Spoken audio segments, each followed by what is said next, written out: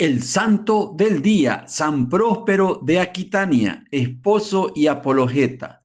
Lo poco que sabemos de este seglar, teólogo, escritor, poeta, historiador y polemista, que es San Próspero de Aquitania, se lo debemos a Genadio de Marsella, quien a finales del siglo V escribió un libro sobre varones ilustres, incluyendo en el elenco a Próspero. Según este autor, Próspero nació en Aquitania, Francia, más concretamente, según noticias tardías, en Limógenes hacia el año 390, y estudió en escuelas galorromanas en las que adquirió una sólida formación clásica.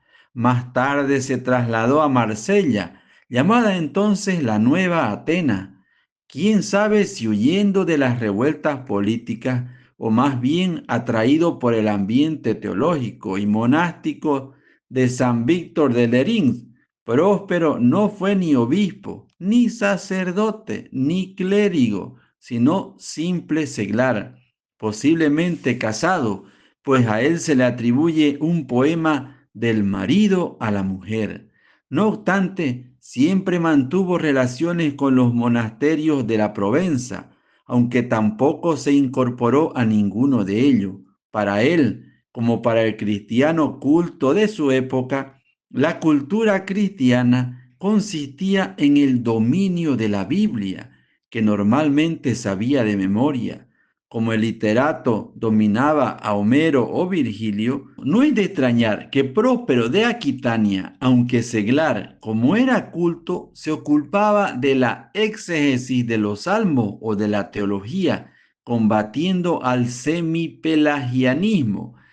Por eso, Quinto, concretamente, hacia el año 426, cuando comenzó la polémica semipelagiana, Próspero se encontraba en Marsella y entró decididamente en ella, porque la controversia teológica no era solo asunto de clérigo, también a los seglares latinos, como a los de Oriente, les apasionaba. Por eso fue un defensor decidido de San Agustín, a quien escribió una carta en el año 428, pidiéndole ayuda para terciar en la polémica. El obispo de Hipona le envió sus dos libros sobre la predestinación de los santos y sobre el don de la perseverancia, que compuso inmediatamente y en los que defiende que la predestinación depende únicamente del beneplácito divino. Muerto San Agustín en el año 430, Próspero intensificó su actividad contra los monjes marselleses que defendían el semipelagianismo y hasta fue a Roma para pedir la condena de las ideas semipelagianas profesadas en algunos monasterios de Marsella y Lerín, consiguiendo que el Papa Celestino I enviara el año 431 una carta a los obispos de las Galias, pero que le decepcionó, porque si bien el Papa defendía la autoridad de San Agustín ante los monjes provenzales, no se pronunció en los términos que él quería sobre algunos puntos particulares de la doctrina agustiniana. Siempre en la Iglesia ha habido más papistas que el Papa y más agustinianos que San Agustín. Regresó a Marsella y reanudó la polémica publicando sus principales escritos por los años 432 y 434. Con la muerte del monje Casiano, la polémica se aplacó y Próspero volvió a Roma, donde prestó sus servicios al Papa San León Magno, ayudándole en la redacción de sus cartas, sin ser un verdadero notario y pasando a ser una de las figuras del entorno del pontífice por el desempeño de un importante papel en la Cancillería papal. Parece que en aquel entorno Próspero encontró la paz del espíritu al abandonar la polémica semipelagiana. Sin embargo, las relaciones de Próspero de Aquitania con el Papa San León Magno están poco o nada estudiadas. Además, en Roma pasó de escribir teología militante a redactar obras más serenas, como su comentario a los Salmos, los capítulos, que es una respuesta con textos de San Agustín a las objeciones de Vicente de Lerín, o sobre la vocación de todos los pueblos. Próspero de Aquitania debió morir después del año 455, pues este año todavía intervino en la controversia pascual. Genio y figura para algunos, la fecha de su muerte hay que situarla hacia el año 463. Como poeta, Próspero se ejercitó en la versificación y recogió un florilegio agustiniano. Son 106 dísticos en los que recoge sentencias de San Agustín y que le dieron al autor un gran éxito literario. Compuso además durante los años 429 y 430 un poema sobre los ingratos que consta de 1012 hexámetros y trata de los ingratos o carentes de la gracia. El poema, dividido en 4 partes, está dedicado a exponer el pelagianismo, el semipelagianismo, a refutar los argumentos de ambos y a examinar las relaciones entre ambas herejías. En realidad, es una exposición apasionada de la doctrina de la gracia según San Agustín. Si somos libres, pero con una libertad rescatada. Para Guizot, este poema es uno de los ejemplos de poesía filosófica más logrados entre los que se han intentado en el cristianismo.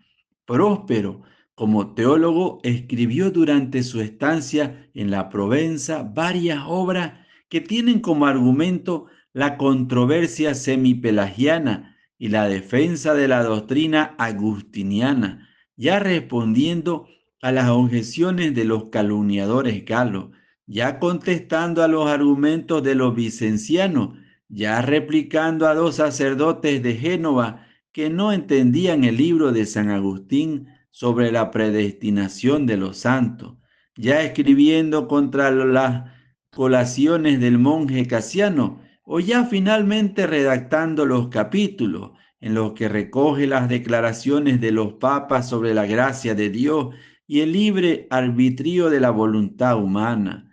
Según las sentencias de San Agustín, fuera de este contexto polémico, San Próspero escribió, como ya hemos dicho, unos comentarios a los salmos, cuya dependencia de las narraciones de San Agustín sobre el mismo tema es clara y manifiesta y que pueden fecharse entre los años 431 y 449, así como el libro sobre la vocación de todos los pueblos, en el que Próspero expone la doctrina de la predestinación universal a la salvación, aunque su paternidad está muy debatida por el momento.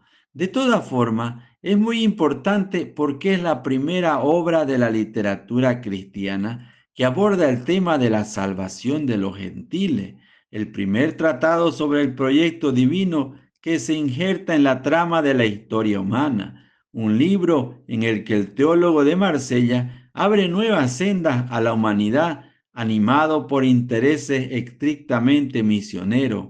Además, Próspero de Aquitania es uno de los primeros en denunciar el parentesco entre las doctrinas heréticas de Nestorio y de Pelagio, es decir, entre el nestorianismo y el pelagianismo, al enterarse de que el concilio de Éfeso había condenado ambas doctrinas, lo celebró componiendo un jocoso epigrama, que era todo un epitafio en el que cantaba la muerte del padre nestorianismo y del hijo pelagianismo, aunque históricamente el pelagianismo es anterior al nestorianismo. Además, Próspero de Aquitania se metió también a historiador y trabajó en una crónica del mundo que abarca desde sus orígenes hasta el año 455, utilizando las obras anteriores de Eusebio de Cesarea y de San Jerónimo. A partir del año 412, la obra se muestra más personal, pues narra los acontecimientos conocidos por él y es de excepcional interés para la historia de Francia y en particular para la región de Aquitania. Esta crónica se interesa de manera especial por la historia de las doctrinas, lo cual es un mérito digno de aplauso para aquellos tiempos. Como escritor, Próspero es un literato clásico por la lengua y por el vocabulario, enemigo decidido de los neologismos, educado por retores, o sea, profesores de retórica. Amaba la forma oratoria, el tono patético y la ironía, las antítesis, la aliteración y la rima. Próspero maneja el griego con garbo suficiente como para permitirse el juego de palabras en dicha lengua, y no son raras las expresiones felices acuñadas por él. Demuestra facilidad para la versificación y domina el dístico y el hexámetro, y demuestra conocer a Virgilio, Lucrecio y Ovidio. Su preocupación constante es poner su cultura clásica al servicio de la teología, que es su interés primordial. Por eso su fuente principal de inspiración es la Biblia. Próspero se distingue sobre todo por la precisión de su pensamiento, la flexibilidad de su expresión, la capacidad para juzgar, la claridad de sus exposiciones y el rigor de su argumentación, habiendo dedicado la mayor parte de su existencia a defender y difundir en prosa y en verso la doctrina de San Agustín. Con ello, no solamente difundió la doctrina agustiniana, sino que sus libros no faltaban en ninguna biblioteca monacal o catedralicia, y fueron copiados muchas veces a lo largo del siglo XII. Su libro de la sentencia, que es el primer florilegio agustiniano, fue ya impreso en Maguncia en el año 1496, lo que habla muy alto de la importancia que se le daba en la Edad Media al haber seleccionado en él el inmenso legado teológico y cultural de San Agustín, transformándolo y actualizándolo, pero respetando su pensamiento. Por todo ello, Próspero de Aquitania ha sido llamado con justeza el primer representante del agustinismo medieval. Amén.